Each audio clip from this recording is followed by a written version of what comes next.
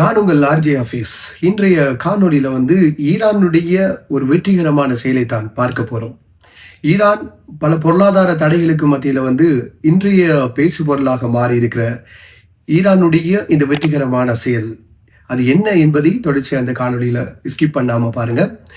Elon மாஸ்கினுடைய இந்த செயற்கைக்கோள் network அமைப்பு, செயற்கைக்கோள் நெட்வொர்க் அமைப்பு என்று சொன்னால் ஸ்டார் லிங்க் என்று சொல்லக்கூடிய இந்த செயற்கைக்கோளுடைய வெற்றிகரமான ஒரு பயணம்தான் இந்த புதிய இந்த உலகத்துக்கு அறிமுகப்படுத்திய ஸ்டார் லிங்க் சேவை.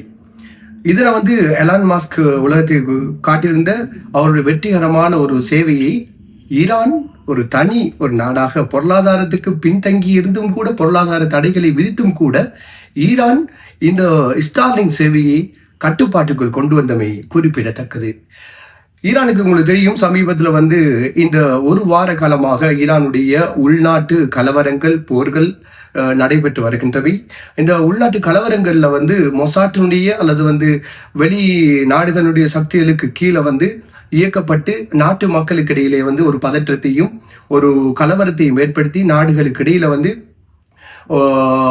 அச்சமூட்டக்கூடிய ஒரு தன்மையை ஏற்படுத்தி கூடி நடந்து கொண்டிருக்கிற இந்த வேளையில சமீபத்தில் நீங்க பார்க்கக்கூடியதா இருந்தது ஸ்டார்லிங்க் சேவையை திடீரென்று நாட்டு மக்களுடைய அதிகமான கலவரங்கள் அதிகரிச்ச பின்னால நாட்டு அரசாங்கம் நாட்டினுடைய நெட்வொர்க் வலையமைப்பை முழுதமாக நிவர்த்தி நிப்பாட்டியிருந்தது.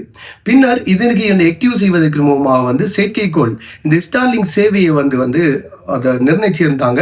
ஃபுல்லாக நாட்டில் ஆக்டிவ் பண்ணியிருந்தாங்க எலான் மாஸ்கினுடைய இந்த புதிய ஒரு ஸ்டார்லிங்க் சேவையை இதன் பின்னர் அந்த நாட்டின் அரசாங்கம் இந்த ஸ்டார்லிங்க் சேவையை இடைநிறுத்தி நாட்டு மக்களுக்கு மீண்டும் ஒரு முறை எங்களுடைய திறமை எவ்வாறு என்பதை காட்டிக் கொண்டிருக்கிறது. இந்த உலகத்துக்கு முதல் முறையாக ஒரு நாட்டினுடைய ஒரு பெரிய ஒரு ஸ்டார்லிங்க் சேவையை அதை நிப்பாட்டி இருப்பது நாட்டுக்குரிய பெருமை ஏற்படுத்தியிருக்கிறது. இந்த உலகத்தில் முதல் நாடாக மாறி இருப்பது குறிப்பிடத்தக்கது. ஈரானுடைய அதிசய வளர்ச்சி என்பதை நாங்கள் இந்த இடத்தில் கூறிக்கொள்ள விரும்புகிறோம்.